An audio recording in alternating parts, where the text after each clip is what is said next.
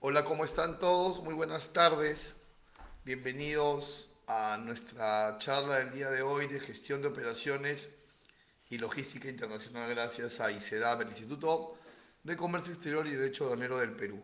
¿Me podrían confirmar, por favor, si se está transmitiendo bien las diapositivas y a la vez si el audio se escucha de manera correcta? Quienes ya estén unidos a la transmisión, por favor, en la barra de comentarios, si me pueden confirmar si el audio es correcto y si se comparten las diapositivas. Y ya en un par de minutos, 3:10 p.m. para ser exactos, estamos iniciando. Espero su confirmación, muchas gracias.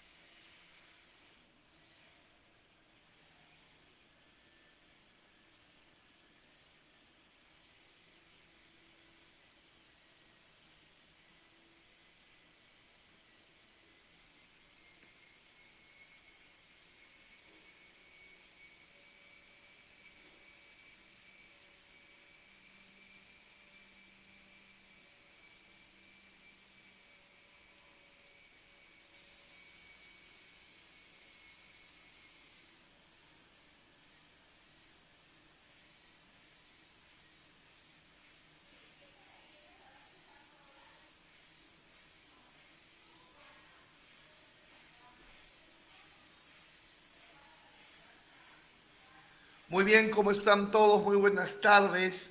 Bienvenidos a esta reunión posible gracias a ICEDAP, el Instituto de Comercio Exterior y Derecho Aduanero del Perú.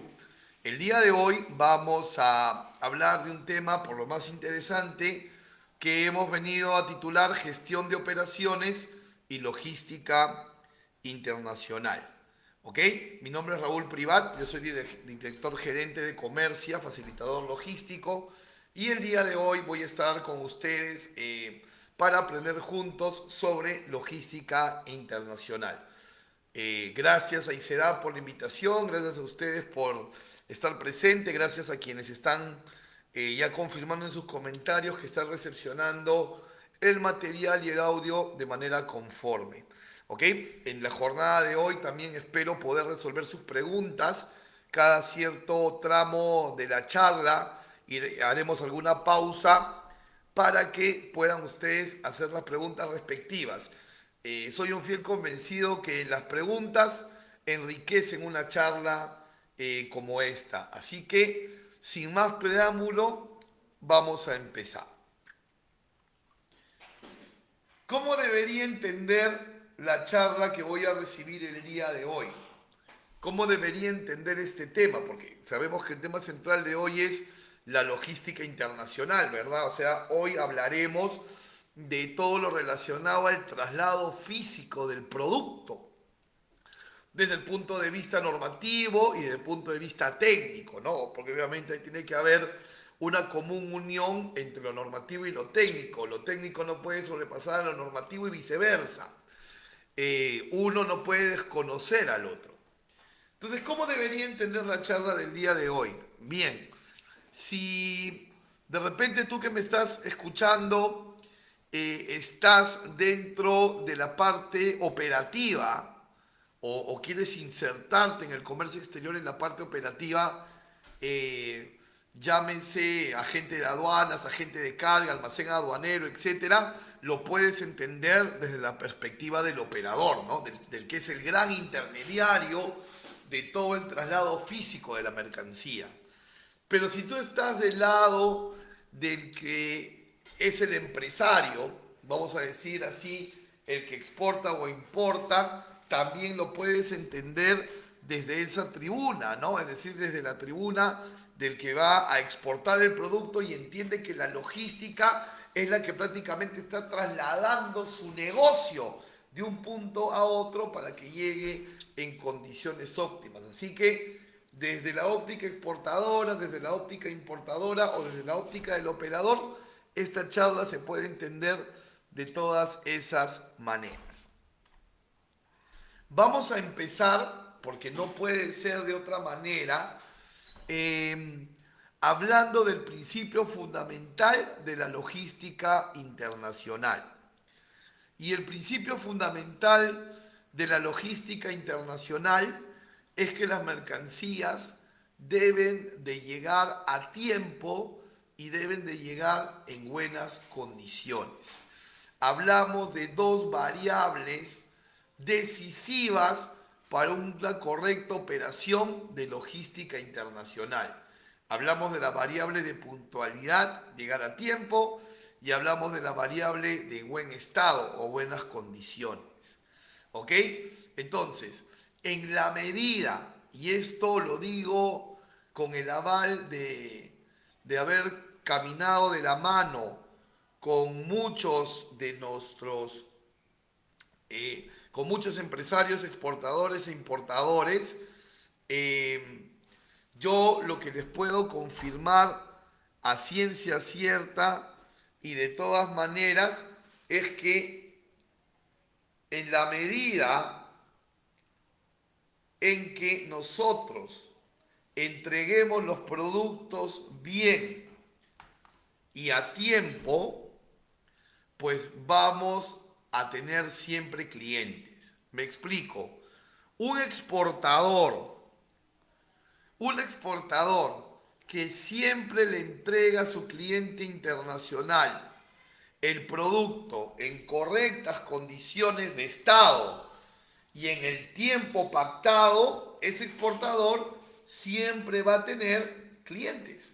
Va a ser muy difícil que un cliente internacional cambie a un exportador que siempre le ha demostrado puntualidad y buena y entrega de la carga en condiciones físicas correctas. Hagamos el ejemplo a la inversa, un importador que abastece aquí en Perú a sus clientes a tiempo y con buen estado de la mercancía, siempre va a tener clientes también. Y miremoslo desde el punto de vista del operador, el intermediario. A la medida que el operador siempre tenga una operación prolija, basada en entregar a tiempo y en buenas condiciones, siempre va a tener clientes también. Entonces, exportador, importador y operador están obligados en la rigurosidad de la palabra a cumplir estos principios en la logística internacional, que son que el producto se entregue a tiempo y que el producto se entregue en excelentes condiciones. Y hablamos de las dos variables a la vez.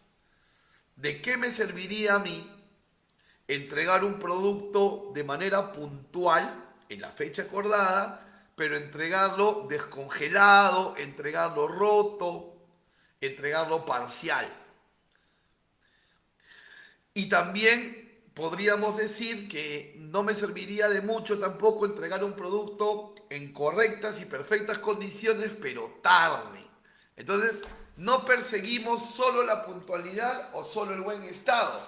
Perseguimos ambas cosas a la vez como objetivo fundamental de la logística. Llegar bien y llegar a tiempo, como lo dice la lámina, ¿no? Entonces, quiero que en estos primeros minutos de nuestra reunión de hoy creemos esa conciencia, ¿no?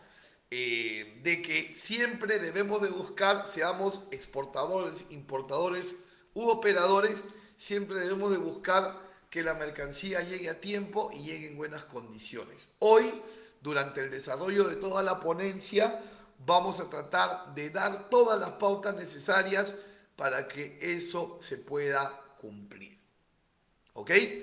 Quiero cerrar esta idea de este principio fundamental contándoles una anécdota que me sucedió en algún momento y que fortaleció en mí esta idea que les transmito, ¿no?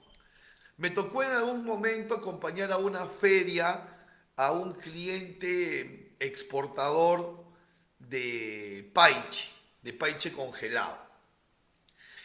Y en esa feria nos abordó un cliente francés de este exportador de paiche. Y el cliente francés, muy directo él, le dijo al exportador peruano: he conseguido otro proveedor de paiche más barato que tú. Así se lo dijo, como decimos en criollo, sin anestesia, ¿no? He conseguido otro proveedor peruano más barato. Y me cobra por filete $0.50 menos. Y considerando la cantidad de filetes que te compres, es un buen ahorro. Obviamente ya se imaginan que este exportador peruano estaba anonadado, por decirlo menos, ¿no? Pero el cliente francés, prosiguiendo con su alocución, le terminó diciendo: pero ¿sabes qué? No te voy a cambiar. Y no te voy a cambiar, le dijo, por una razón muy simple. Buscarme otro proveedor es jugármela a que ese proveedor me demuestre si es que me lo entrega puntual, si es que me lo entrega correctamente congelado. En cambio tú, le dijo al exportador peruano, ¿no? En cambio tú, ya luego de varios despachos me has demostrado que entregas puntual y entregas a buena temperatura el producto, así que no me la voy a jugar. Seguimos trabajando juntos, tenemos ya un precio pactado, tenemos contenedores en camino, sigamos trabajando de la misma manera. Esa anécdota que les acabo de contar me dio a entender eso. Podemos tener clientes que, conscientemente de que con un proveedor alterno pudieran ahorrar, no nos cambian, porque nosotros ya les hemos demostrado cosas concretas. En cambio, un nuevo proveedor tendría que recién demostrárselas. Entonces, sí, existen clientes conscientes de que te pueden cambiar por una opción más económica, pero que no precisamente es una opción de garantía. Entonces, miren qué fuerte puede ser para la fidelización de un cliente cumplir con este principio fundamental de entregar a tiempo y entregar en buenas condiciones.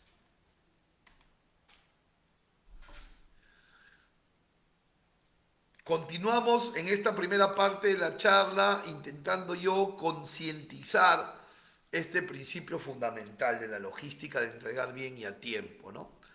Lo que estamos apreciando en la siguiente lámina podemos definirlo como un organigrama, ¿no? Un organigrama de una empresa, vamos a decirlo así, exportadora. Una empresa exportadora que tiene un área de comercio exterior, un área administrativa y un área de producción.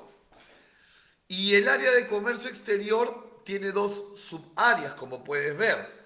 Una comercial y una logística. O sea, una persona o un equipo de trabajo que se encarga de cerrar las ventas, y otro equipo de trabajo que se encarga de hacer los despachos, ¿no? El área de ventas y el área de logística, por decirlo de alguna manera. Y fíjense la etiqueta que le he colocado a cada área, a cada subárea del área de comercio exterior, ¿no? Yo he puesto ahí que el que hace la venta promete y el que hace la logística cumple. Y eso es totalmente correcto y totalmente real. En el comercio exterior no hay contraentrega, ¿no? Yo no me voy nadando al costado del contenedor para entregárselo a mi cliente en Hamburgo. Yo no voy colgado del ala del avión para entregarle a mi cliente en Tokio la mercancía. ¿Verdad que no? No hay contraentrega. Entonces, en realidad, cuando un importador le compra a un exportador un producto, lo primero que le está comprando es una promesa. Un vendedor de una empresa exportadora tiene que ser un excelente prometedor, porque cuando cierra el negocio, lo que está haciendo el importador, el comprador, es comprarle una promesa, ¿no? Porque el exportador ha prometido un determinado embalaje, una determinada temperatura, unos determinados días de tránsito, unas determinadas condiciones logísticas. Y cuando el negocio se cierra, ahí terminó la función comercial de esta empresa e inicia la función logística, es decir, empezar a cumplir en hechos concretos, visibles, medibles, todo aquello que el área de ventas prometió. Por lo tanto, podemos decir que la venta promete y la logística cumple. Y si en hechos concretos y medibles, nuestro cliente, cuando ya recibe la mercancía en su país, tiene la certeza de que se cumplió todo lo que en el momento de negociar se hubiera prometido, ahí nace la fidelización. Ahí nace ese cliente que siempre te va a comprar porque tú le prometiste algo que luego en hechos lo cumpliste. La parte comercial de una empresa de comercio exterior promete, la parte logística lo cumple, lo hace posible. Y en ese sentido, yo quiero llamar a una reflexión a quienes tienen a cargo personal, ¿no? Quienes de repente dirigen personal y están unidos a esta transmisión. Tiene que haber un feedback, y lo digo por experiencia, tiene que haber un feedback muy importante y muy continuo entre el área comercial y el área logística. Porque el área comercial debe saber lo que puede prometer y lo que no puede prometer. Y el área logística debe justamente saber qué se ha prometido para poder cumplirlo. Entonces el feedback es muy importante entre ambas áreas para que el de venta sepa hasta dónde puede extender su promesa y luego la logística sepa qué es todo lo que tiene que cumplir. Cuando no existe un feedback entre ellos, yo puedo terminar prometiendo cosas que logísticamente son inviables. Y eso termina por romper la fidelización. ¿Verdad? Tú imagínate de qué le serviría a una empresa exportadora tener una web donde en el clásico bloque nosotros dice que es una empresa súper seria, súper institucional, súper comprometida, pero entregó el contenedor con la mercancía descongelada. No, carecería de sentido, ¿verdad? Entonces, estamos llamados a que como parte del éxito de una operación logística, el área comercial y el área logística propiamente tengan una muy buena retroalimentación, ¿no? Y enfocándonos solo en el área logística, que es la que tiene que cumplir con lo que se prometió, esta área logística tiene que ser o tiene que tener gente, personal, yo diría con alma de director de orquesta. ¿Por qué lo digo así? ¿Por qué uso esa metáfora? Porque una empresa exportadora o importadora no es autónoma para hacer logística. No es autónoma para hacer logística. Es decir, la propia empresa exportadora no es agente de aduana, la propia empresa exportadora no es agente de carga, la propia empresa exportadora no es naviera, necesita subcontratar, ¿no? Necesita subcontratar, porque el responsable logístico de una empresa exportadora, desde que ve que el camión se lleva la carga, ¿no? Desde el camión sale del local de exportador y se lleva la carga, el logístico de la empresa exportadora ya no tiene el control. La carga ya se fue, yo no me voy a ir trepado en el camión. Y lo único que le queda al responsable logístico es su teléfono, su WhatsApp y su correo para empezar a monitorear todo lo que tiene que, toda la labor que tiene que hacer el agente de aduanas, el agente de carga, el almacén aduanero, etc. Por eso digo que el logístico de la empresa exportadora debe de tener alma de director de orquesta, ¿no? Porque definitivamente va a subcontratar almacén, va a subcontratar transporte local, va a subcontratar agente de aduana, agente de carga, estiva, etcétera, y obviamente todo tiene que estar alineado. ¿Y cómo haces para pasarla bien como logístico en ese sentido y en ese contexto? ¿Sabes cómo la pasas bien? Eligiendo bien, seleccionando bien a tus operadores. Esa es la manera, ¿no? Esa es la manera. Y soy convencido de que la mejor manera de seleccionar un operador logístico, o sea, que la empresa exportadora seleccione operadores logísticos, es por su trayectoria. Tú que trabajas en una empresa Expo o una empresa Impo, pregúntale al operador que te atiende o al que te va a atender, pregúntale a qué otras compañías atiende.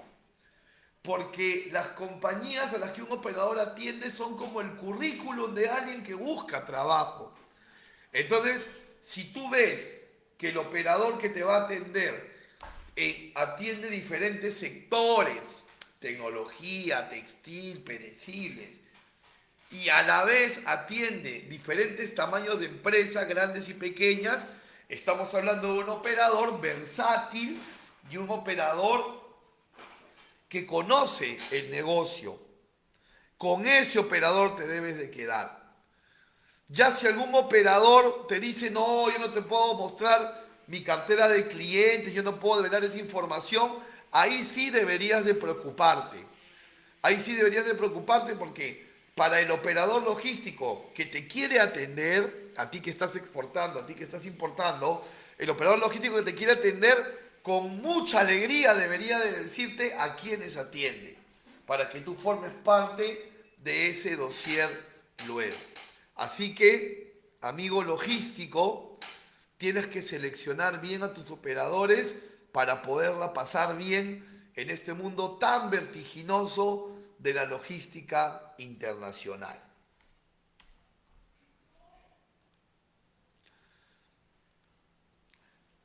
Seguimos en este primer bloque al que estoy denominando un bloque en el cual queremos reflexionar o concientizar la importancia de la logística internacional. Y estoy planteándoles aquí en pantalla una pregunta, ¿no? Y la pregunta es, ¿quién confía primero? ¿El exportador o el importador? ¿Quién de los dos es el que confía primero? ¿El que exporta o el que importa? ¿El que vende o el que compra? ¿Quién de los dos es el que deposita primero su confianza? Si me puedes contestar en un minutito, ahí en la barra de comentarios, me gustaría saber tu opinión. Vuelvo a lanzarles la pregunta. ¿Quién confía primero? ¿El exportador o el importador? A ver qué opinan quienes están siguiendo esta transmisión. ¿Quién deposita primero su confianza?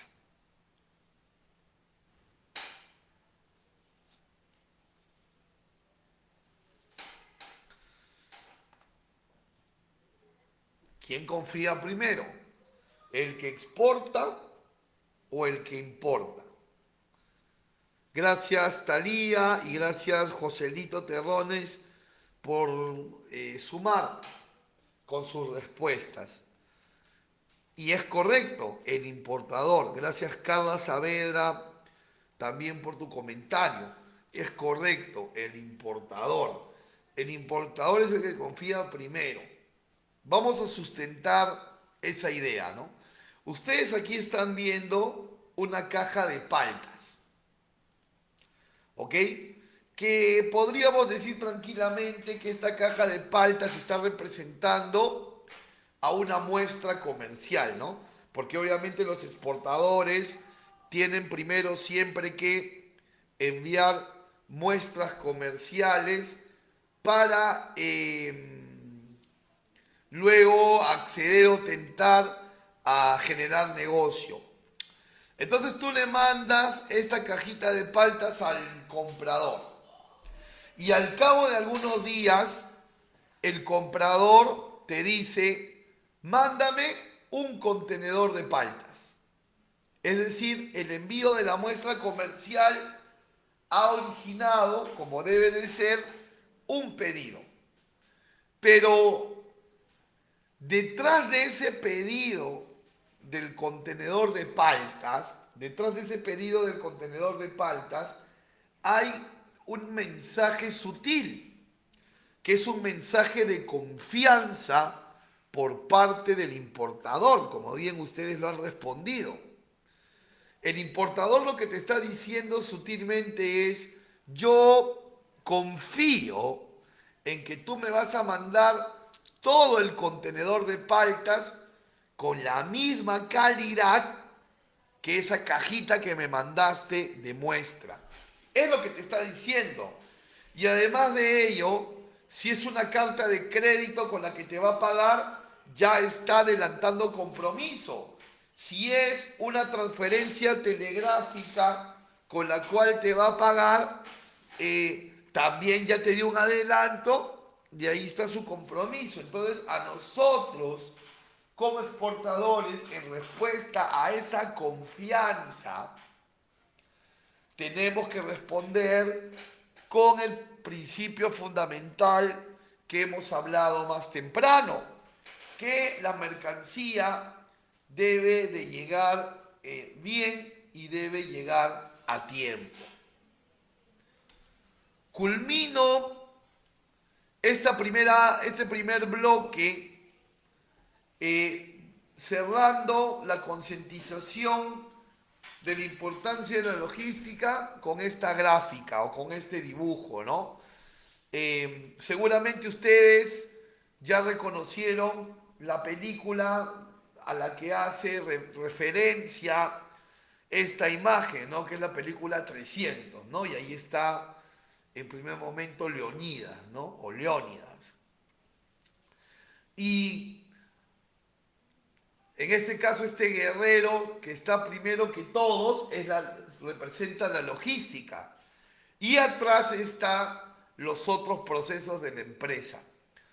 La idea que quiero representar con esta imagen, la idea que quiero representar con esta imagen en la tarde de hoy, es decirles que la logística internacional es la primera defensora de la competitividad de las empresas de comercio exterior.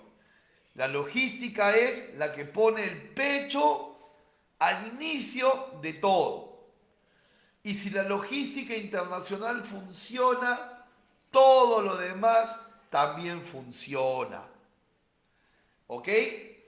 Ojo que yo con este dibujo no estoy diciendo que la logística sea más importante que los otros procesos de la empresa, pero si el marketing busca satisfacer necesidades y hacer un producto a la medida, primero ese producto tiene que llegar a la mano del consumidor, ¿verdad? Para que el consumidor sienta que es a la medida y que satisfaga su necesidad. ¿Y quién lo hace llegar? La logística. Si la logística falla, no se concreta lo del marketing, ¿no?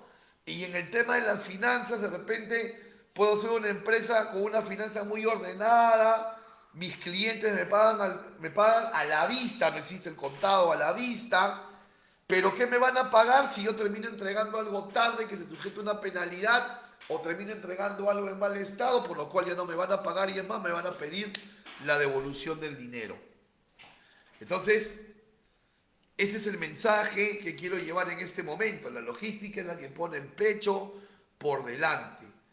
Y insisto una vez más, yo seré competitivo y fidelizaré clientes y será difícil que el cliente me cambie en la medida que mi logística entregue en buenas condiciones y entregue a tiempo. Eso es lo importante. ¿Ok? Muy bien. Entonces, el corazón de esta logística es la distribución física internacional. Y quiero compartir este concepto que nos dice mucho en estas 4 líneas para profundizar, ¿no? Cuando hablamos de distribución física internacional, hablamos de todo el movimiento físico de la mercancía. Y si lo quieres así, desde la puerta del exportador hasta la puerta del importador. Esa es la distribución física internacional, ¿verdad? La que nos dice, si me permites leer lo que está en la pantalla, dice, tiene por finalidad descubrir la solución más satisfactoria para llevar la cantidad correcta de producto desde su origen al lugar adecuado, en el tiempo necesario y al mínimo costo posible, compatible con la estrategia de servicio requerida. En la siguiente lámina trato de resumir este concepto. Y cuando nos dice la mejor solución, que lo decía el concepto anterior, la mejor solución, hablamos de la mejor ruta posible. La distribución física internacional debe buscar la mejor ruta posible para llegar al puerto o aeropuerto de entrega. Y en ese sentido, lo que yo les recomiendo es siempre manejar rutas directas, evitar los tránsitos o transbordos. Es decir, que si tú tienes para elegir entre una ruta directa y una ruta indirecta, y cuando digo indirecta hablo de tránsito o transbordo, cuando tienes para elegir entre una ruta directa e indirecta, siempre debes de tomar la ruta directa, siempre. Por más que cueste un poco más, siempre la debes de tomar. ¿Por qué razón? Porque cuando nosotros hacemos rutas indirectas, es decir, la carga va a hacer tránsito o va a hacer transbordo por un país intermedio, ese país, atención con esto, ese país tiene la potestad, ese país tiene la potestad de solicitar inspección aduanera para la mercancía.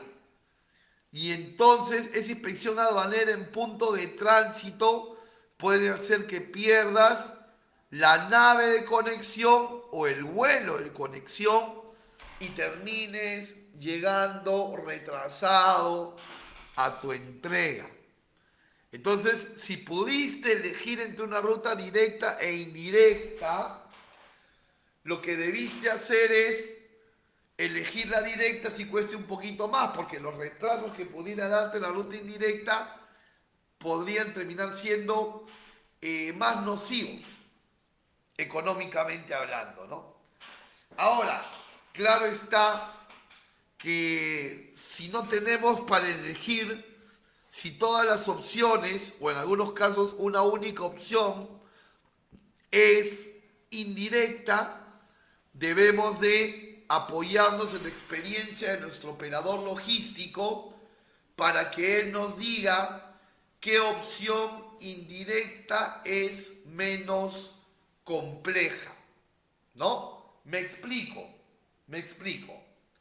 Por ejemplo, para enviar una muestra de productos hidrobiológicos a Corea del Sur, tú puedes ir Lima, Ámsterdam, Incheon, que es el aeropuerto principal de Corea, ¿ok? Lima, Ámsterdam, Incheon. Por lo tanto, el tránsito es en Ámsterdam, Países Bajos. Pero también hay otra ruta que es Lima, Toronto, Incheon, donde obviamente el tránsito es en Toronto, Canadá. Entonces, ¿qué sucede? Si yo elijo en Lima, Ámsterdam, Corea del Sur, paso por Europa y necesito para esa muestra presentar un certificado sanitario. Pero si hago Lima, Toronto, Incheon, o sea, vía Canadá, no me lo piden. Entonces debería tomar la opción vía Canadá. ¿Me explico? Si yo voy a pasar por los Estados Unidos para llegar a mi entrega en Europa o en Asia y son alimentos, debería tener permisos del FDA. Y si no los tengo, entonces debería tomar una ruta que no sea por Estados Unidos. ¿Ok? Si de repente voy a trasladar un producto para China vía Europa y el producto requiere certificados sanitarios, el certificado sanitario debe estar en inglés para que el punto de tránsito lo pueda entender. O sea, a lo que voy es que cuando nosotros vamos a utilizar una ruta indirecta con un aeropuerto o un puerto intermedio, tenemos que saber si ese puerto o aeropuerto intermedio va a pedir de nosotros alguna documentación adicional a la que normalmente necesitamos.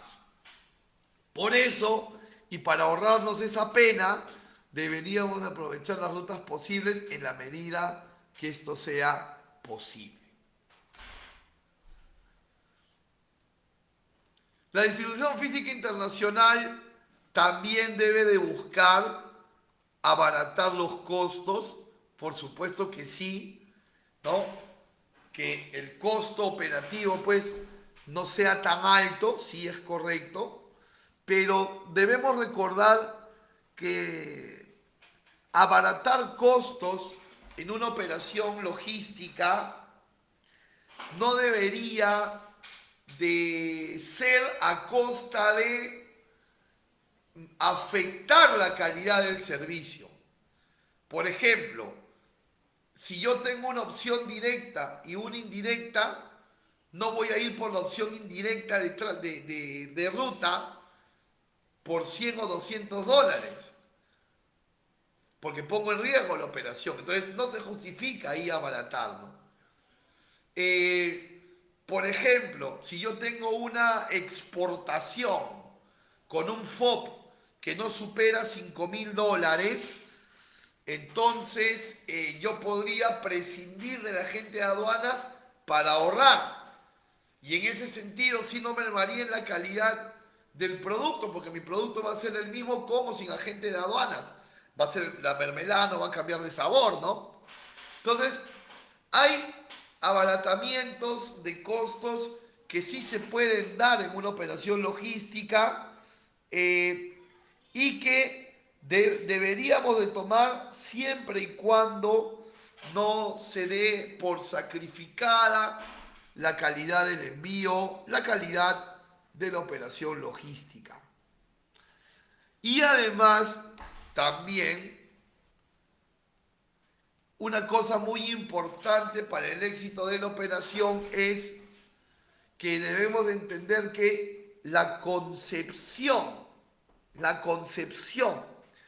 que la aduana tiene de un producto no es, repito, no es la misma concepción que la del transporte internacional. O sea, las restricciones aduaneras son diferentes a las restricciones del transporte internacional. La aduana es un mundo y el transporte internacional es otro mundo, totalmente diferente.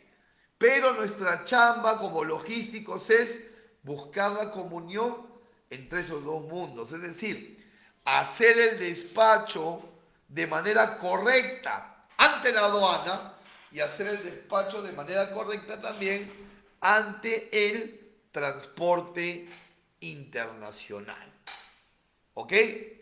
Bien, me parece pertinente a esta hora de la charla que podamos hacer una ronda de preguntas. Así que quienes nos están siguiendo por la transmisión y tuvieran consultas, preguntas, es el momento de que las puedan hacer en la barra de comentarios. Así que adelante con sus preguntas, por favor, yo gustoso los empiezo a leer desde aquí.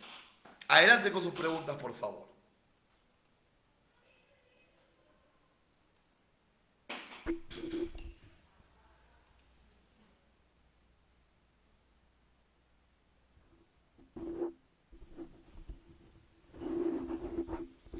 Recuerden que tienen la barra de comentarios ahí en Facebook para que puedan proponer las preguntas, las consultas, las curiosidades que puedan tener de la charla de hoy, en la que estamos viendo la gestión de operaciones y logística internacional, ¿verdad? Estamos hoy, gracias a ICEDAP, gracias al Instituto de Comercio Exterior y Derecho Aduanero del Perú.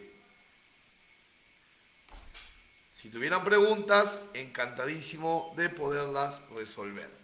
De lo contrario, igual me gustaría que me comentara si podemos continuar y si todo lo que se ha expuesto hasta este momento está claro, cero dudas, y seguimos, ¿no?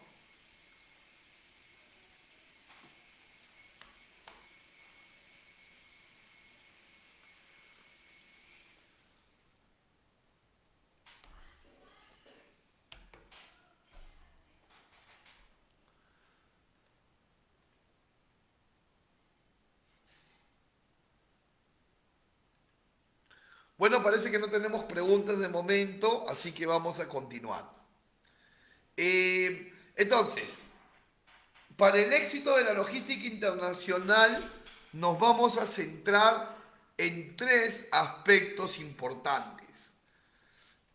Uno, la documentación. Eso es básico porque muchos retrasos en las operaciones de logística se generan también por la falta de documentación o por la incorrecta documentación. Luego, en un segundo punto, vamos a ver los embalajes y el tipo de carga, es decir, según el tipo de carga que vamos a trasladar, vamos a definir cuál es el tipo de embalaje que vamos a necesitar, para finalmente hablar de quiénes son los operadores logísticos que debemos contratar y cuáles son los medios de transporte para la logística internacional. Así que comencemos con la documentación. Empecemos con la documentación. Fíjense, vamos a poner como ejemplo un extracto del reglamento de la Ley General de Aduanas y un extracto de la Ley General de Aduanas para demostrar cómo el orden documentario de una exportación tiene que buscar la comunión entre lo normativo y lo técnico. Muy bien. En el artículo 60 del reglamento de la Ley General de Aduanas, tenemos toda la documentación que se necesita para los diferentes regímenes aduaneros. ¿Ok? Eso tómenlo como referencia. Cada vez que tú necesites saber qué documentación necesitas para uno u otro régimen, tienes que mirarlo en el artículo 60 del reglamento. Y vamos a tomar como ejemplo el artículo 60, inciso D, los documentos necesarios para poder exportar. Y en el inciso D del artículo en mención, Aduanas nos exige 3 documentos. Declaración aduanera de mercancías, la que conocemos como DAM, que la provee el agente de aduanas. Necesitamos documento de transporte, ¿verdad? Que puede ser la guía aérea o puede ser el conocimiento de embarque. Y en punto número 3, el comprobante de pago, ¿no? O sea, la factura, ¿ok? O en algunos casos la declaración jurada. Perfecto. Entonces, nosotros podríamos decir que para exportar, según el reglamento de la Ley General de Aduanas, tenemos que presentar 3 documentos. Sin embargo, te invito a que contrastemos el artículo 60 del reglamento con el artículo 166 de la Ley General de Aduanas. Básicamente o puntualmente, el artículo 166, inciso B. ¿Y qué dice el inciso B del artículo 166? Nos dice que la aduana puede exigir al declarante que presente otros documentos que permitan concluir con la conformidad del despacho. Que presente, vamos a ponerlo aquí más grandecito, otros documentos. Ahí está, textual. Que presente otros documentos. Entonces, no es una idea cerrada, no es un final cerrado estos 3 documentos del artículo 60 del reglamento. Porque el artículo 166 de la ley dice que la aduana, en el inciso B, para ser más puntuales, puede exigir otros documentos que permitan concluir con el despacho. Entonces, ¿qué más te podría pedir la aduana? Te puede pedir la guía de remisión que se necesite en el traslado desde el local del exportador al almacén aduanero. Te puede pedir un flujograma de producción. Te puede pedir que acredites la formalidad de tu producción, es decir, que si de repente tú subcontratas la producción, tengas contrato con esa empresa de maquila. Te puede pedir fotografías, fichas técnicas del producto. Así que no pensemos que son solo 3 documentos, porque la aduana está clarísimo, creo que no da para hacer un espacio grande de interpretación, puede exigir otros documentos para concluir con la conformidad del despacho. Entonces, podemos decir que son documentos obligatorios para poder exportar: la factura comercial, el documento de transporte y la declaración aduanera de mercancías. Esto según el artículo 60, inciso D del reglamento. Pero, por ejemplo, ¿acaso no necesitamos nosotros también un certificado de origen? ¿Acaso no necesitamos también un documento fitosanitario, un documento de SANIPES? ¿No necesitamos un certificado de libre venta? ¿Acaso no lo necesitamos en algunas ocasiones? La respuesta es sí, ¿verdad? Sí lo necesitamos. Sin embargo, en la ley no lo dice. Estoy volviéndoles a poner la imagen de la normativa y en la ley no lo dice. ¿Por qué? ¿Porque se olvidaron? No. Sucede que, por ejemplo, el certificado de origen, ¿ok? El certificado de origen no es un documento aduanero. El certificado de origen es un documento propio de un tratado internacional. Y además de eso, sabemos de que yo hago un certificado de origen para obtener una preferencia arancelaria. Pero, ¿dónde se da esa preferencia arancelaria? ¿En la aduana de salida o en la aduana de ingreso? Esa preferencia se da en la aduana de ingreso, en el otro país. Entonces, para que mi mercancía salga de Perú, yo no necesito certificado de origen. Lo va a necesitar mi cliente en su país para ahorrarse aranceles. Entonces, por eso es que nosotros el certificado de origen no lo vamos a ver como un documento aduanero o un documento obligatorio.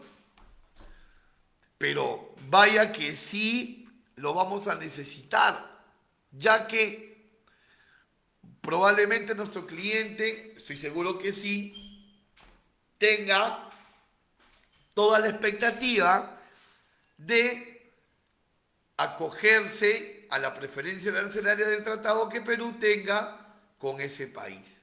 Entonces, le sumaremos a los 3 documentos obligatorios el certificado de origen. Si el producto es de origen vegetal, en estado primario o intermedio, le sumaremos el fitosanitario o el certificado de CERFOR, lo que antes era IRVENA. Si es un producto hidrobiológico, le sumaremos el certificado de SANIPES, por ejemplo. Pero hago la misma pregunta. ¿Por qué en la ley no me dice certificado fitosanitario o por qué no me dice SANIPES u otro certificado? Porque recuerden que las mercancías restringidas son restringidas no por la aduana, sino por algún ministerio. Y esos ministerios tienen su propia legislación, ¿no? SANIPES, por ejemplo, es de Produce, SENASA o CERFOR es de Minagri, y así podríamos poner diferentes ejemplos, ¿no? Así podríamos poner diferentes ejemplos. Así que la documentación integral va a ser una combinación de lo que pide la normativa aduanera y lo que se necesita en el mercado de destino y lo que piden los organismos paralelos a la aduana en el caso de mercancía restringida. Entonces podemos llegar a la conclusión que para la aduana la mercancía se divide en 3 básicamente. Mercancías libres, que son aquellas que pueden entrar o salir del país a la presentación de factura, DAN y documento de transporte, o pueden ser restringidas, que son aquellas que, aparte de la documentación de la mercancía libre, necesitan un permiso de algún ministerio. Y la mercancía prohibida será aquella que por ningún motivo puede exportarse o importarse. ¿Cómo puedo saber que el producto que quiero transportar internacionalmente es un producto restringido o no? Tengo que revisar la partida arancelaria del producto. Tengo que revisar la partida arancelaria del producto. Por ejemplo, aquí tienes un pantallazo de la web de SUNAT donde hemos colocado la partida arancelaria del orégano 12 11 90 30 00 y nos sale que requiere permisos de SENASA, ¿correcto? En el caso que esté presentado a granel. Pero, por ejemplo, pongo la partida de un textil y me sale que no requiere inspecciones y por lo tanto se le considera mercancía libre, ¿no? Entonces nos apoyamos de la web de SUNAT para poder entender si Desde el punto de vista de la aduana, el producto es libre, restringido o prohibido.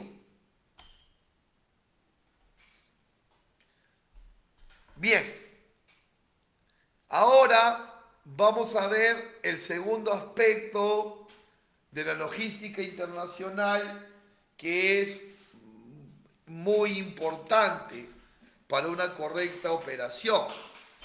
Estamos hablando de los embalajes y el tipo de carga.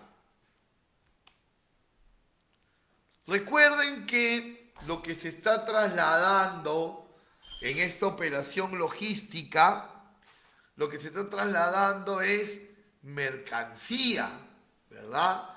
Se está trasladando mercancía, que es el corazón del negocio, ¿no? Si no existieran las mercancías, no estaríamos sentados aquí hablando, ¿no?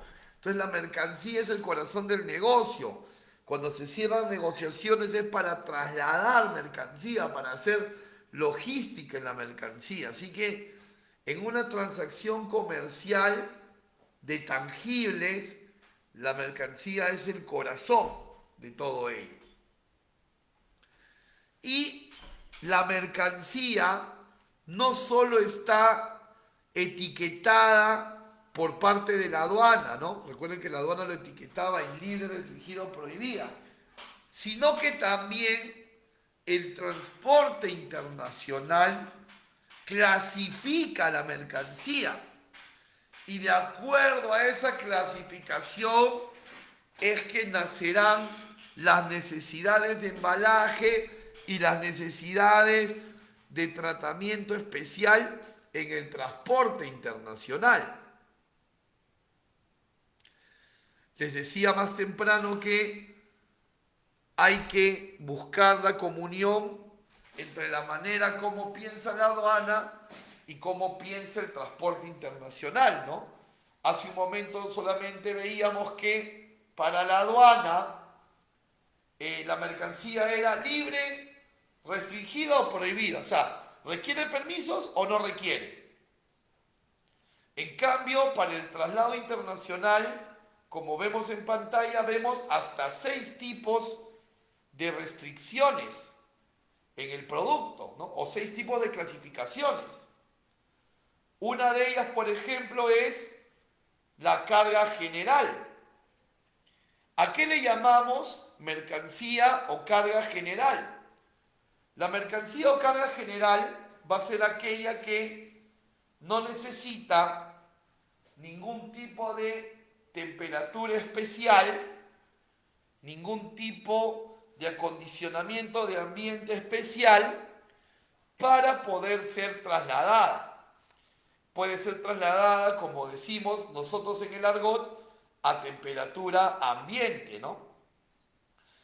¿Qué productos podemos ejemplificar como carga general? Por ejemplo, los textiles no necesitan temperatura especial. Por ejemplo, las maquinarias, por ejemplo, las artesanías. Pero también hay alimentos que se pueden catalogar como carga general, es decir, para la logística internacional no todos los alimentos son perecibles. Por ejemplo, si vamos a exportar botellas de agua, la botella de agua no necesita una temperatura baja. Si vamos a exportar pisco, no necesitamos exportarlo refrigerado. Si vamos a exportar aceituna en conserva, tiene sus propios preservantes que van a evitar que se malogre. Si exportamos maíz chulpi como snack, igual. Entonces, no necesariamente, que quede claro, no necesariamente los alimentos son perecibles, los alimentos también pueden ser carga general. Entonces, ¿a qué le llamaríamos perecible? Le vamos a llamar perecible a aquellos productos que tienen un espacio de vida muy corto y necesitan una logística más rápida que ese espacio de vida, ¿no? Por ejemplo, El banano, ¿no? Muchas empresas exportadoras de banano lo sacan verde del árbol para que termine su maduración dentro del contenedor, ¿no? Porque un plátano no lo puedes refrigerar o congelar, le causas daño fisiológico luego. Y este tipo de situaciones, por ejemplo, pasa mucho también con la mayoría de productos que son tropicales, ¿no? La mayoría de productos que son tropicales tienen este tipo de situación. La mercancía puede ser también carga refrigerada o congelada. ¿Cuál vendría a ser la diferencia? La carga refrigerada va a temperaturas bajas, pero por arriba de cero, y normalmente no necesita que se le acompañe de hielo seco o de gel pack. Pero la carga congelada sí va a temperaturas debajo de cero, y necesita normalmente que se le acompañe de gel pack o hielo seco a la mercancía, ¿no? Elegir hielo seco o gel pack va a depender, ¿no? Porque el hielo seco es considerado carga peligrosa y de repente hay aerolíneas o navieras que no lo van a aceptar, entonces tienes que mirar al gel pack que no es considerado peligroso. Tienes también la carga valorada, que es aquella carga que tiene poco volumen, que tiene poco tamaño, pero que es grande en valor. Es decir, un trofeo, platería, una medalla, podrían catalogarse en el transporte internacional como carga valorada. Y también tenemos la carga peligrosa, aquella que por su naturaleza puede ser inflamable, tóxica, corrosiva, ¿no? Entonces, no solo para una operación logística, no solo debemos de saber desde el punto de vista de la aduana si el producto es restringido o no, sino desde el punto de vista de la logística, qué tipo de producto es, para embalarlo de la mejor manera. Porque un producto mal embalado, mal preparado para su transporte, puede ocasionar que el medio de transporte no lo quiera recibir y entonces terminamos haciendo bien la parte aduanera, pero mal la parte de transporte internacional. Y no debe ser así. Los dos deberían de tener una común unión, como ya lo hemos venido repitiendo a lo largo de la charla, ¿no? En el tema de los embalajes,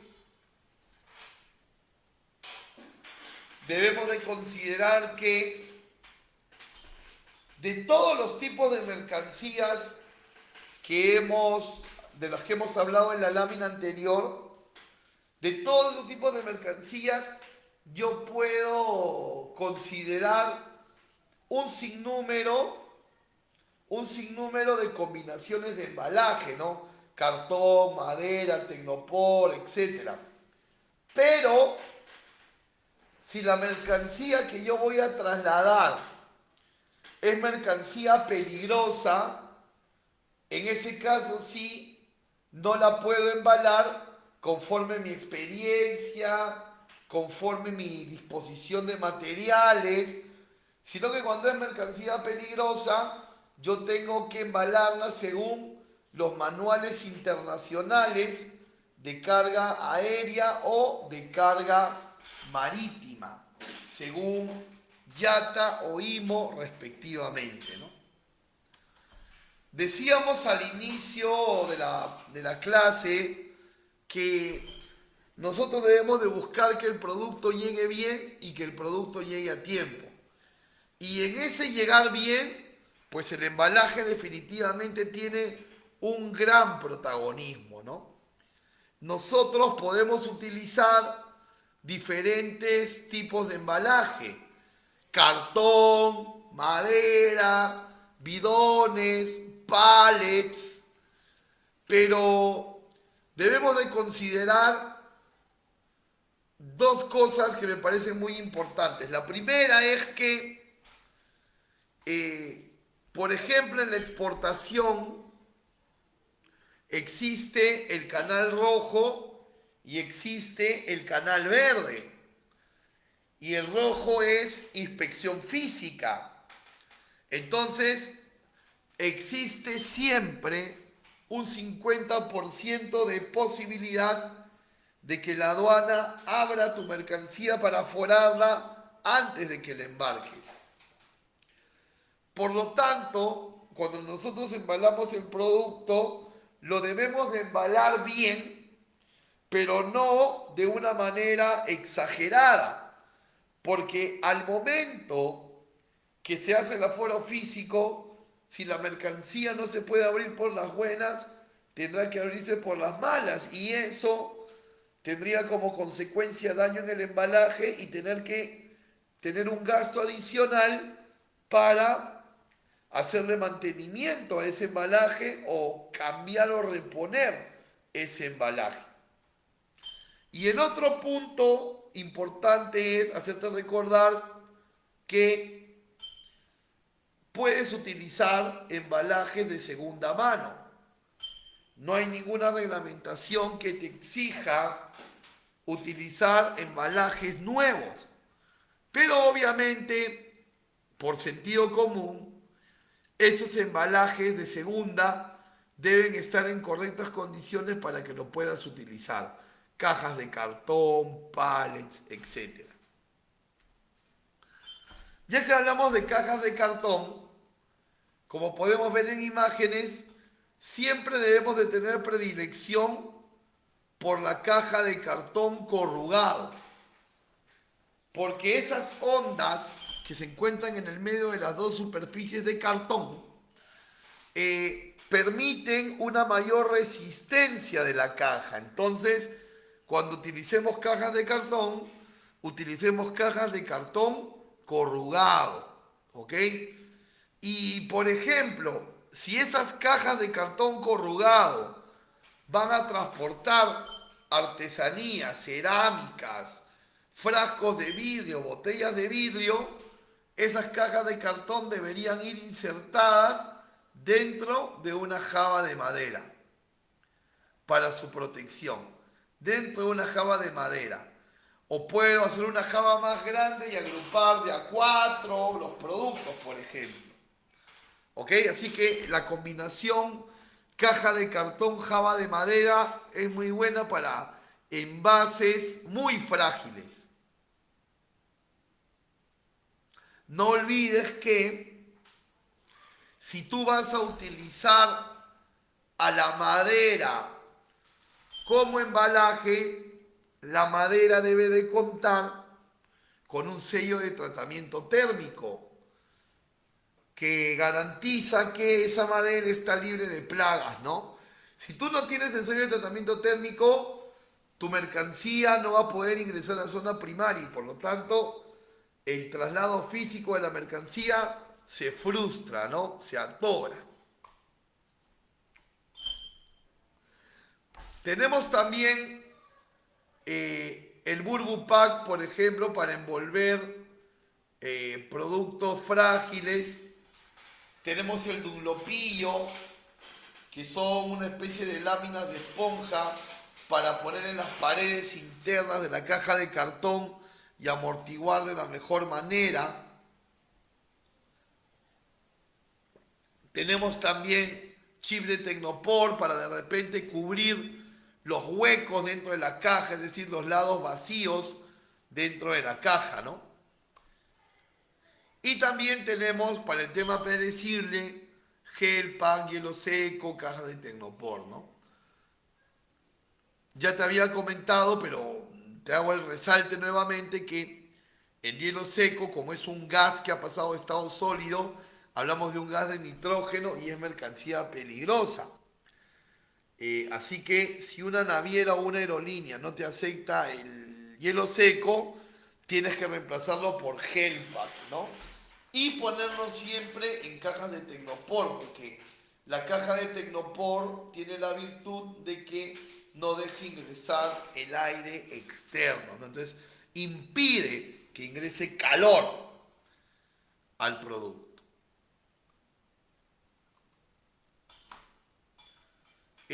La recomendación también siempre va a ser unitarizar la mercancía.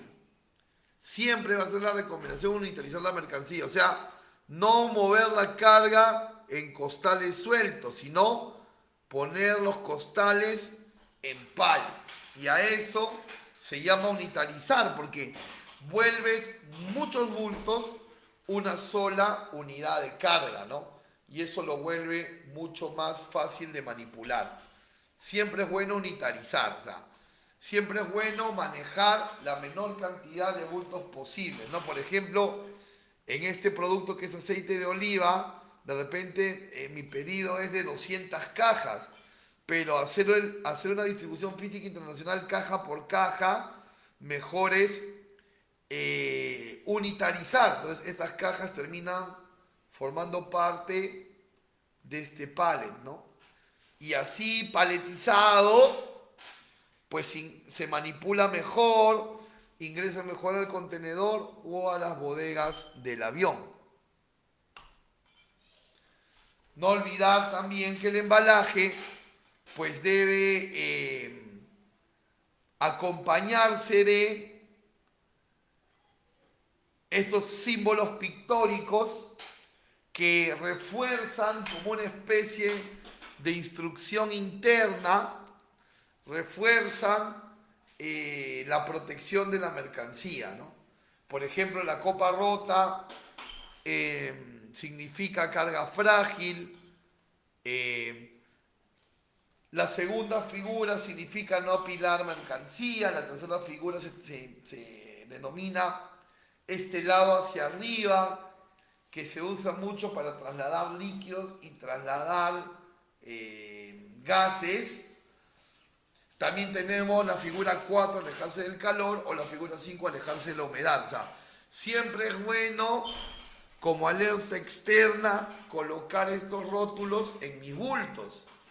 Sin embargo, también debemos de reflexionar que el hecho de que yo le ponga estas etiquetas, eso jamás va a reemplazar al buen embalaje que yo haya podido hacer. O sea, un mal embalaje o un embalaje a medias no se van a subsanar con una etiqueta como esta.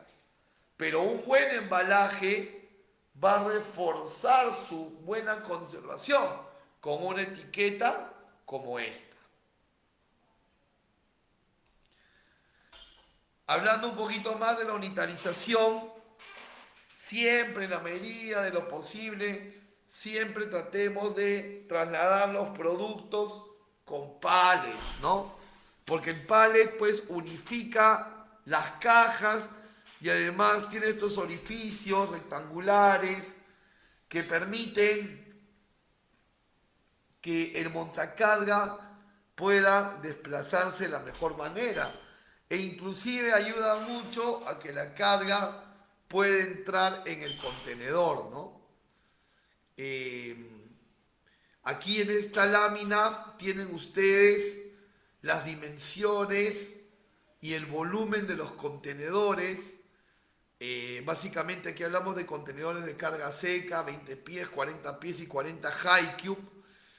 Y es importante que usted tenga claro todas estas dimensiones para poder definir si su mercancía va a ir en un contenedor compartido o va a ir en un contenedor exclusivo, que es un punto que ya en un ratito más vamos a mirar. Y también existen los contenedores con refrigeración, ¿no? Por ejemplo, en la parte superior estamos viendo un contenedor reefer, ¿no? Este contenedor reefer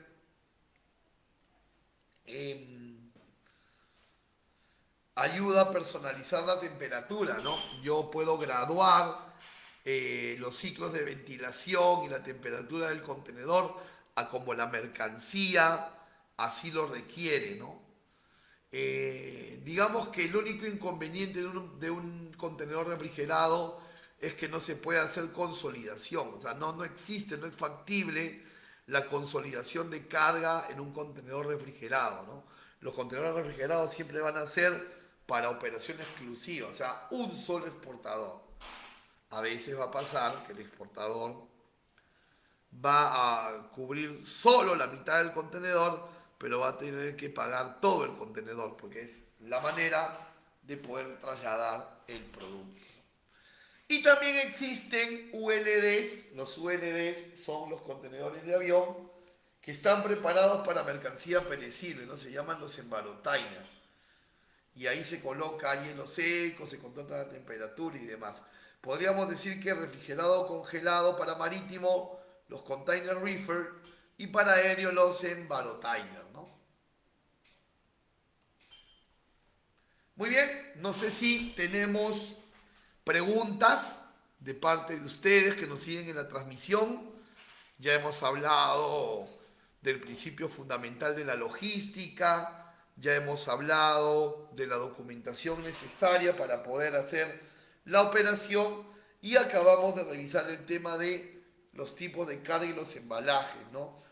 La idea de este bloque que acaba de terminar, la idea es que ustedes puedan ubicar cuál es su tipo de producto y en base a ello armar sus estrategias de embalaje. Si tenemos preguntas, yo encantadísimo de responderlas. Por favor, pueden escribir en la barra de comentarios. Yo aquí los leo muy atentamente.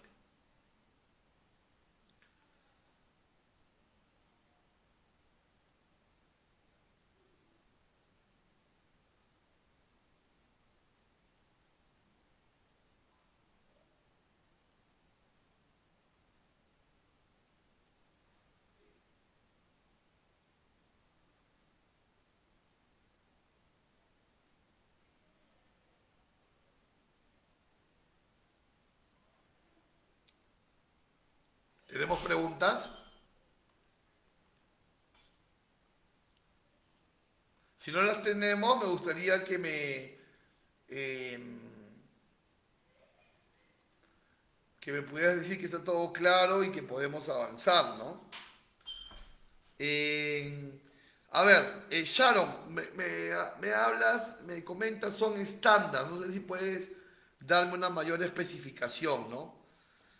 Marian, carga valorada es aquella carga cuya característica es que no tiene mucho peso, no tiene mucho volumen, eh, pero es grande en valor, ¿no? Un trofeo, una medalla, eh, un circuito integrado, eh, joyería, barras de oro, ¿no? Ese tipo de productos en el que denominamos carga valorada, Marian, gracias. Eh, Max Santos nos dice que cuánto han incrementado los costos respecto a años anteriores. En el tema de fletes, yo creo que ustedes saben y están enterados, hay una crisis mundial de contenedores. A mí me parece exagerado el nombre, ¿ya? Crisis mundial de contenedores, de verdad. Me parece muy exagerado, es opinión personal, disculpen ustedes. Pero básicamente lo que sucede es que hay menos contenedores que atender porque hay contenedores vacíos que han quedado rezagados por algunos lugares del mundo. Y entonces como fenómeno económico, al reducirse la oferta, sube el precio, ¿no? Para los aéreos y los que hacen contenedor compartido, yo no creo que les afecten demasiado el incremento. Pero para los que hacen contenedor exclusivo, sí. Ahí sí, definitivamente sí, hablamos de crecimiento de precios de hasta 200%, ¿no?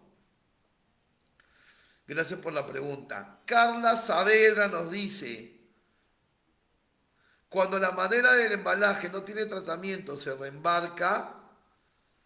eh, a ver, en el caso de una INPO que viene con un embalaje sin madera tratada, lo que la aduana va a pedir primero es presencia de cenaza, ¿no? Primero es presencia de cenaza.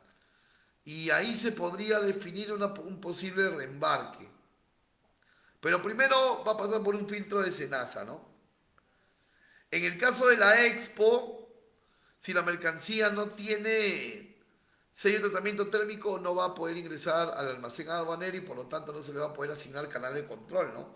Y hacer lo que conocemos como el famoso refrendo de la DAM. ¿Ok? Paula nos dice, ¿las mercancías peligrosas son prohibidas? No, no, no, no.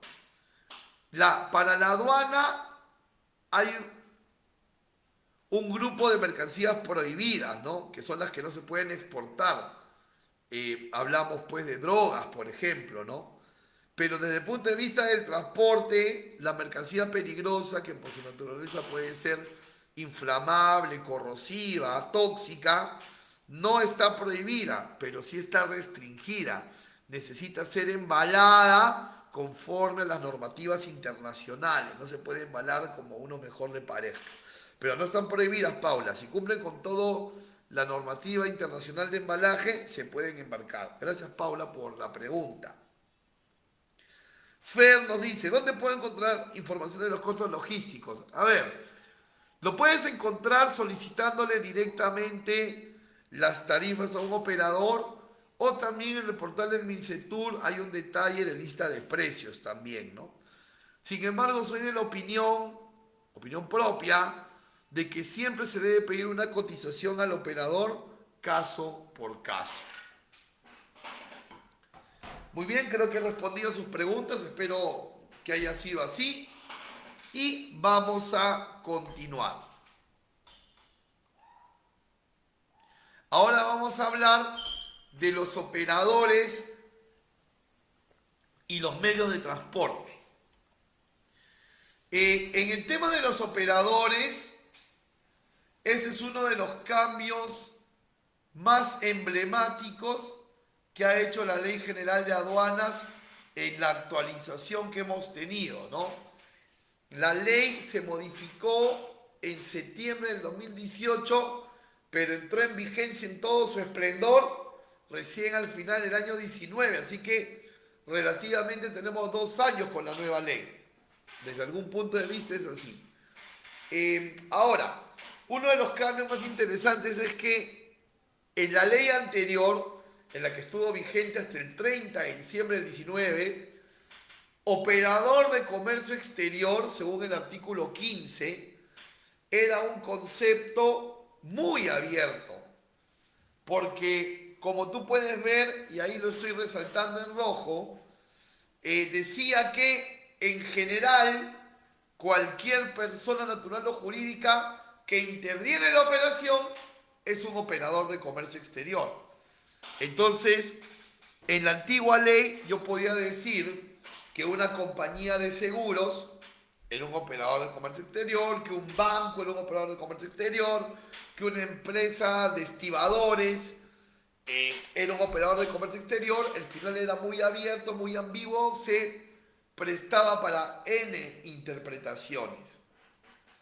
Pero en la modificación de la ley, el artículo 15 en la ley actual simplemente dice que es operador de comercio exterior el que tiene autorización de la aduana. Entonces ya lo cierra, ¿no? Ya no es abierto, ya cierra la idea. El que tiene autorización de la aduana. Y para terminar de reforzar esa idea cerrada, te dice en el artículo 19 de la ley quiénes son, con nombre y apellido, ¿no? Los despachadores de aduana, los transportistas, los agentes de carga, en fin. Entonces, hoy por hoy, en esta nueva legislación, los operadores de comercio exterior son los que tienen autorización expresa de la aduana para poder operar como tales.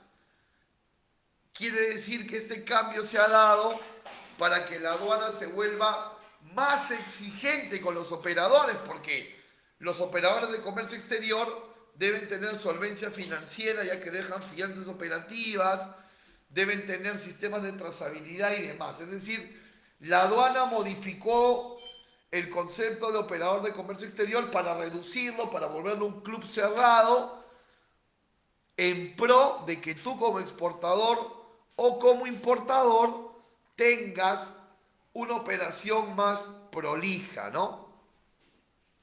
Y aquellos que antes eran operadores de comercio exterior y ahora ya no lo son, pues han pasado a llamarse algunos operadores intervinientes, como el caso del exportador, el importador, los terminales portuarios, y también los operadores terceros que podrían ser la empresa que hace rotulado, la empresa que hace la estiva, ¿ok?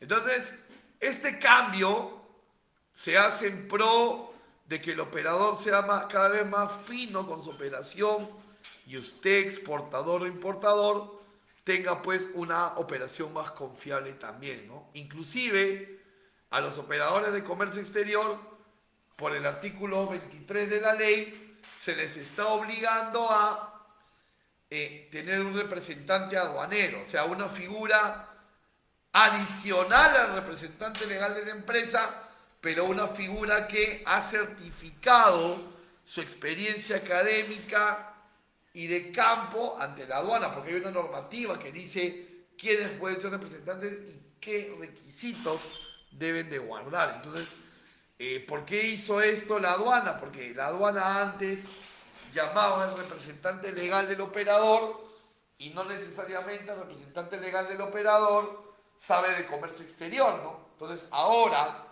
ya con una normativa que exige que el representante aduanero del operador sepa de aduana, sepa de comercio exterior, ya la aduana sabe que puede conversar con gente, digamos, apropiada para ello.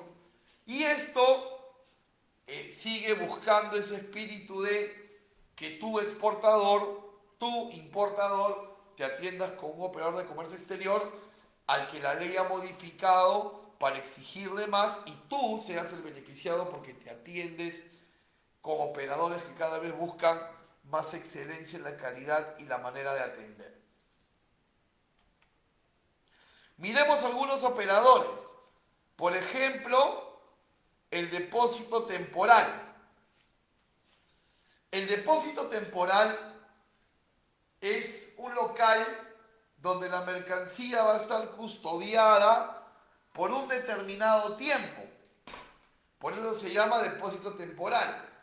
Y un determinado tiempo esperando luego embarcarse para salir del país o ingresar al país. ¿Verdad? Salir del país o ingresar al país. Por eso cuando hacemos una exportación debemos ingresar la carga a un depósito temporal. En ese depósito temporal pasará los controles que deba pasar o no, porque de repente puede tener también levante sin mayor acción de control. Y esto sucede tanto para exportar como para importar, ¿no? ¿A qué depósito temporal debo llevar mi carga? Normalmente al depósito temporal con el que trabaja en alianza la naviera o la aerolínea. Pero sin embargo el exportador o importador también puede direccionar su carga a otro almacén, haciendo las gestiones de direccionamiento con su operador. Luego están los agentes de aduana. Recuerda que al agente de aduana tú lo necesitas en la expo cuando el valor que vas a exportar es superior a $5.000 FOB. Ahí lo necesitas de manera obligatoria. En la IMPO, cuando el FOB supera los $2.000, también lo necesitas de manera obligatoria. En casos de valores menores a 5.000 FOB para expo o 2.000 FOB para IMPO, tú puedes prescindir de la gente y hacer tú mismo tu propio despacho. Pero si quieres también, así sean valores pequeños, puedes contratar a un agente de aduana. Pero debes de tener en cuenta que si tú haces tu despacho simplificado, no contratas a agente de aduana por los valores antes mencionados, si sale canal rojo, tú mismo debes ir a los aforos. Si hay notificaciones, tú mismo las tienes que contestar. Y así sean muy técnicas. Entonces, no tienes un acompañamiento. Así que evalúa bien si quisieras prescindir de la gente o no. Estás en tu derecho de hacerlo según los valores que hemos mencionado.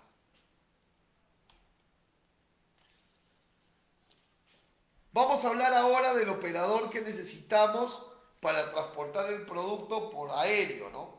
Porque el agente de aduanas que acabamos de ver es el que nos ayuda con los trámites, pero no para el transporte internacional. El agente de aduana termina su función consiguiéndome el levante de la mercancía y luego viene el transporte internacional, ¿verdad?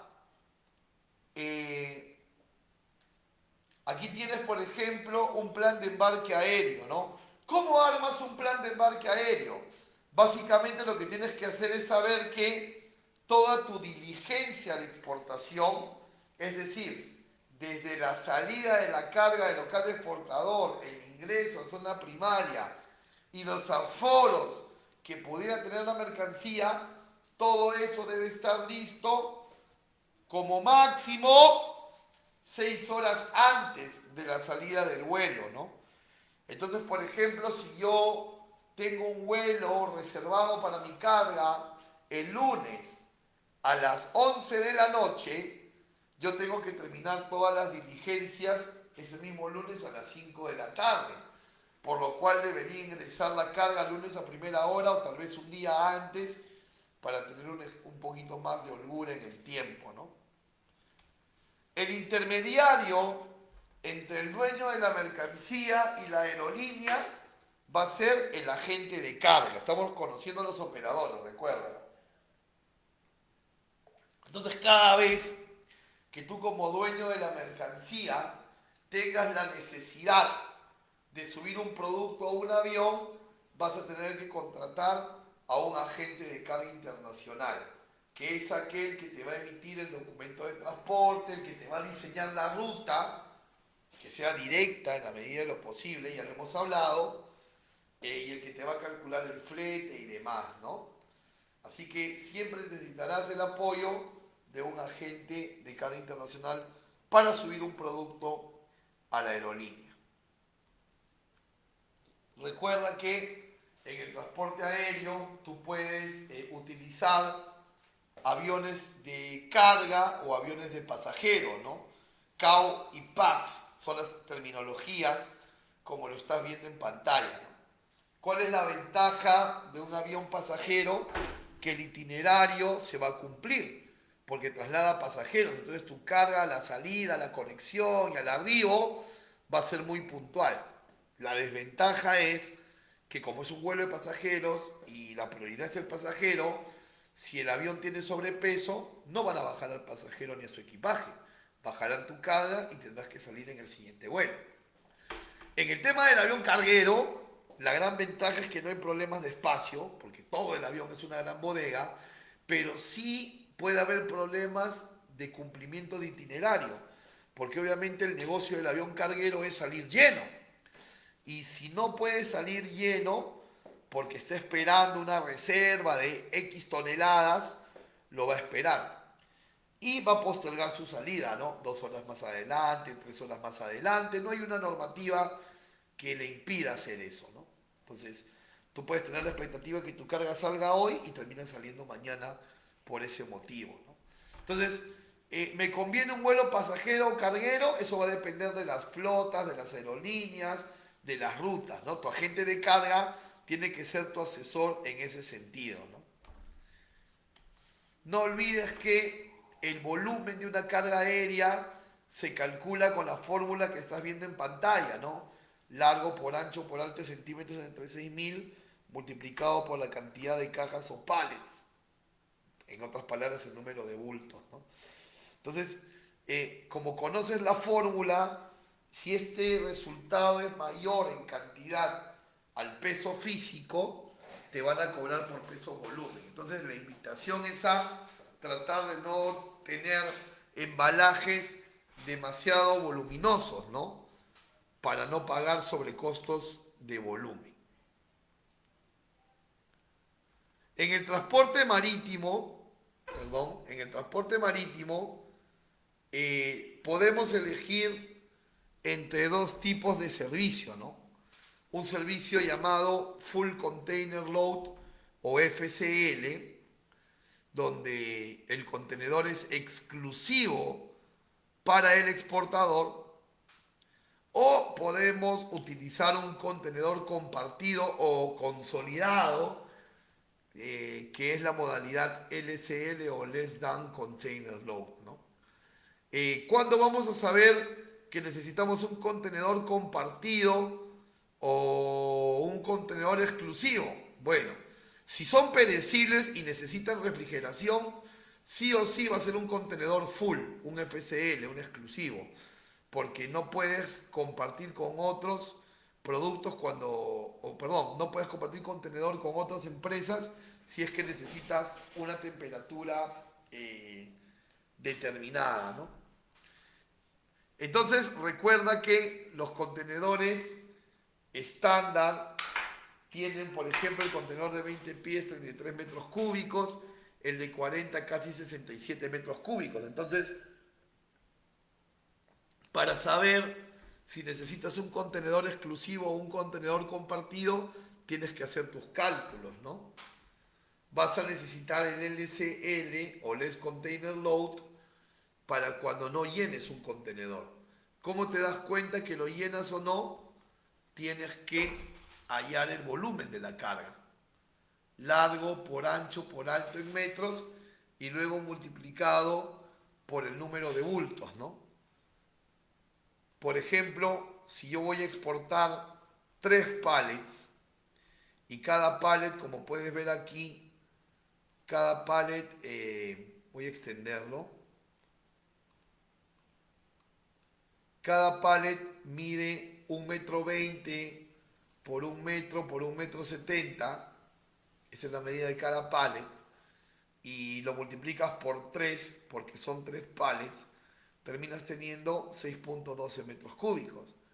Y 6,12 metros cúbicos son la quinta parte de un contenedor, ¿verdad? Porque el contenedor tenía 33 metros cúbicos, el de 20 pies. Entonces, este resultado me hace tomar la decisión de un contenedor compartido, porque tomar todo un contenedor para solo ocupar la quinta parte probablemente sea un perjuicio económico más que un beneficio, ¿no?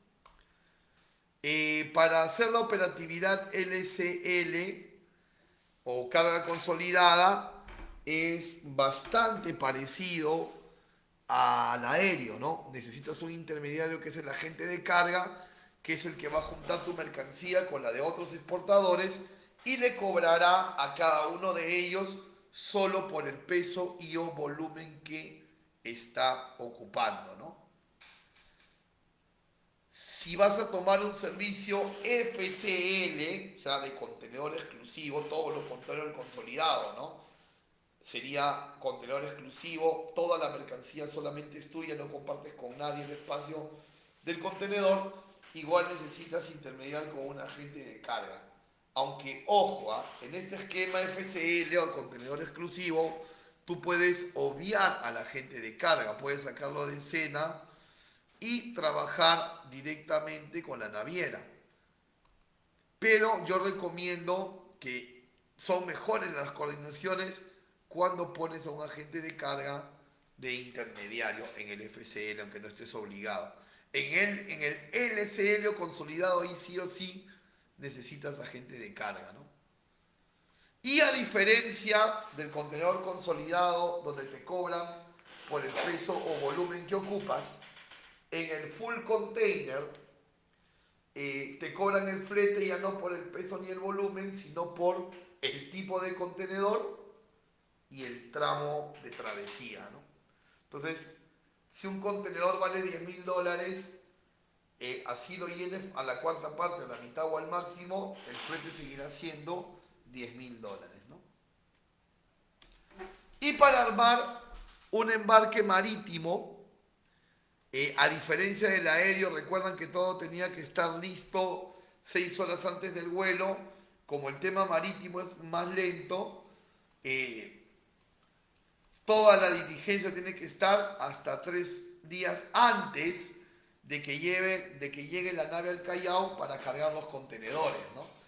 Por ejemplo, si la nave en la que yo voy a llevar mi carga va a llegar a Callao a levantar mi carga el 17 de octubre, Yo para el 13, máximo el 14 de octubre, ya debería haber terminado toda mi operación de exportación. Y cuando digo terminado es incluido las inspecciones si es que las hubieran, ¿no? Entonces, miren la diferencia entre la dinámica aérea y marítima, ¿no? En el aéreo eran 6 horas antes del vuelo, en el marítimo hasta 3 días antes de que llegue la nave a Callao para cargar el contenedor donde va mi mercancía.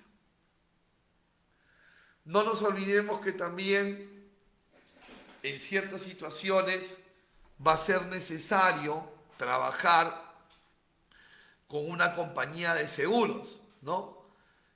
Una compañía de seguros es un intermediario también entre el que contrata el seguro, que es el beneficiante, y el que recibe la indemnización, que es el beneficiario.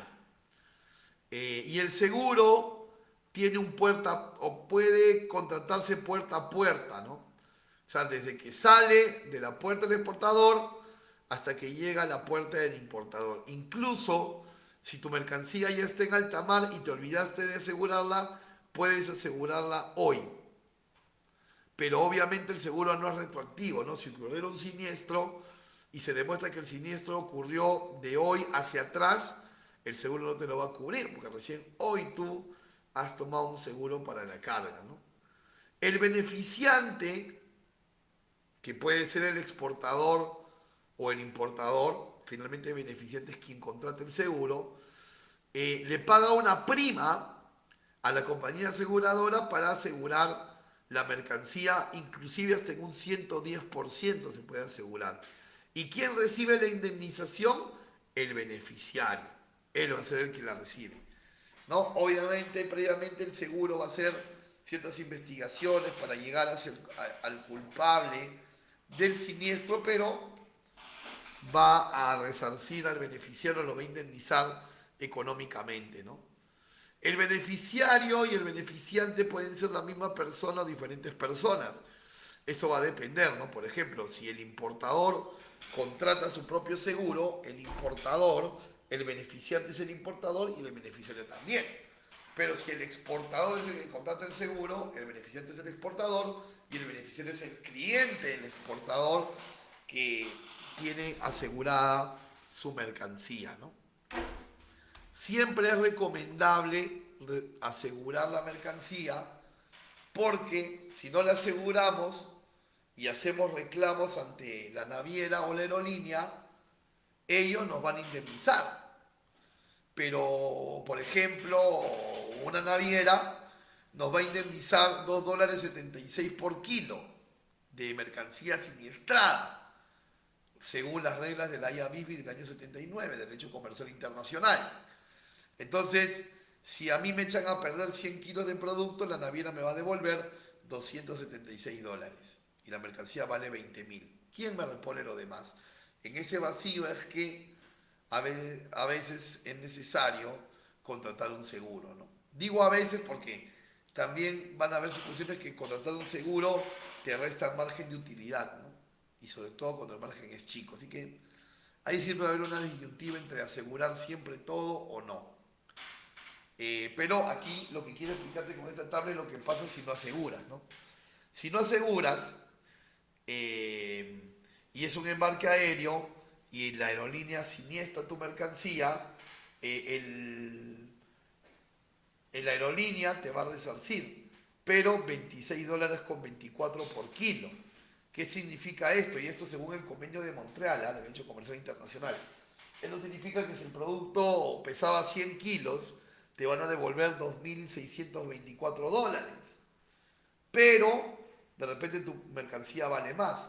Por eso es mejor contratar a una compañía de seguros que no indemniza por peso, sino indemniza por el valor. Acordándote que a ti te van a devolver el valor asegurado siempre y cuando tú demuestres ese valor. O sea, tampoco no es por ponerle al azar un valor a la mercancía. Hay que sustentar también ese valor. Estos seguros se pueden tomar de manera flotante o individual, ¿no? Flotante es cuando eh, tú aseguras mercancías presentes y futuras, ¿no? Digamos, si los próximos 3 meses sabes que tienes embarques asegurados, aseguras todos los embarques hoy y ya no aseguras envío por envío, ¿no? O sea, tú tienes un contrato de acá a diciembre para exportar 3 veces al mes. Toma un seguro hoy para todas esas exportaciones, en lugar de tomar un seguro para cada envío, ¿no? Pero si de repente tú exportas hoy y no hay un programa más adelante, sino como vaya yendo, un seguro individual, ¿no? O sea, un seguro por cada operación. Lo que también puedes hacer es, como logístico, contratar a un operador integral, es decir, te, una sola empresa que te pueda dar todo el servicio completo, ¿no? Agenciamiento de aduanas, agenciamiento de carga, consolidación, contenedor exclusivo, seguro, inclusive hasta courier, ¿no? O sea, tienes la libertad de contratarlos por separado o contratar una empresa que te brinde todo el integral. Lo importante no es separado o integral, lo importante es que ese operador te devele las empresas con las que trabaja, para que tú puedas evaluar en base a las empresas que ese operador atiende si tiene o no experiencia, ¿no? Inclusive, si tú conoces personas en esas empresas, puedes llamarlas para pedirles referencias. Como decía más temprano, la cartera de clientes de un operador es como su currículum, ¿no? Como sus referencias personales. Así que anda por ese lado. Lo que también funciona, ojo, es que si alguien te recomienda un operador porque le ha ido bien con ese operador, tómalo, ¿no? La recomendación boca a boca en este tipo de negocio funciona bastante también. Muy bien, hemos llegado a la parte final de la ponencia, que espero haya sido de su agrado. Me gustaría que en estos minutos finales me hicieses las preguntas que quisieras hacerme, y si no tienes preguntas, me gustaría que me pudieras comentar qué tal te pareció esta charla, si fue información interesante, información aplicativa, información que te empodera, ¿no? Los comentarios que me puedas hacer siempre van a ayudarme a poder ser mejor cada día en cada nueva oportunidad que me dan para poder estar frente a un grupo de estudio y poder hablar de esto que es nuestro oficio, ¿no? El comercio exterior, el negocio aduanero. ¿Qué preguntas finales tenemos? ¿O algún comentario final?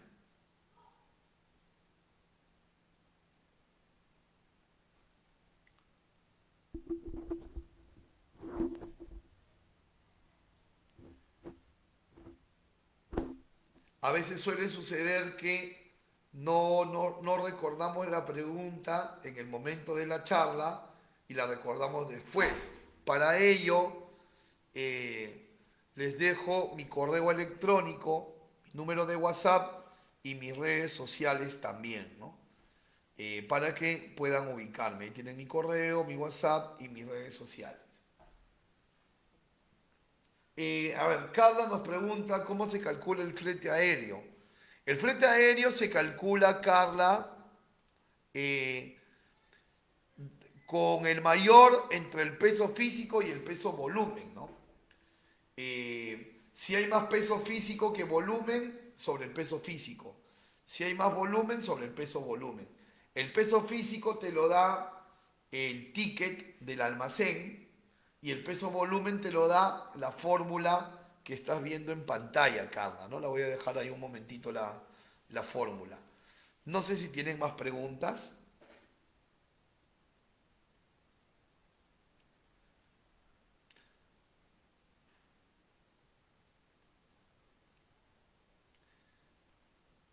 Bien, parece que no hay más consultas. Muchísimas gracias a nombre de la compañía que dirijo, Comercia, Facilitador Logístico, a nombre personal, Raúl Privat, y a nombre del Instituto de Comercio Exterior y Derecho Aduanero del Perú. Muchísimas gracias. ¿Ok? Seguimos en contacto.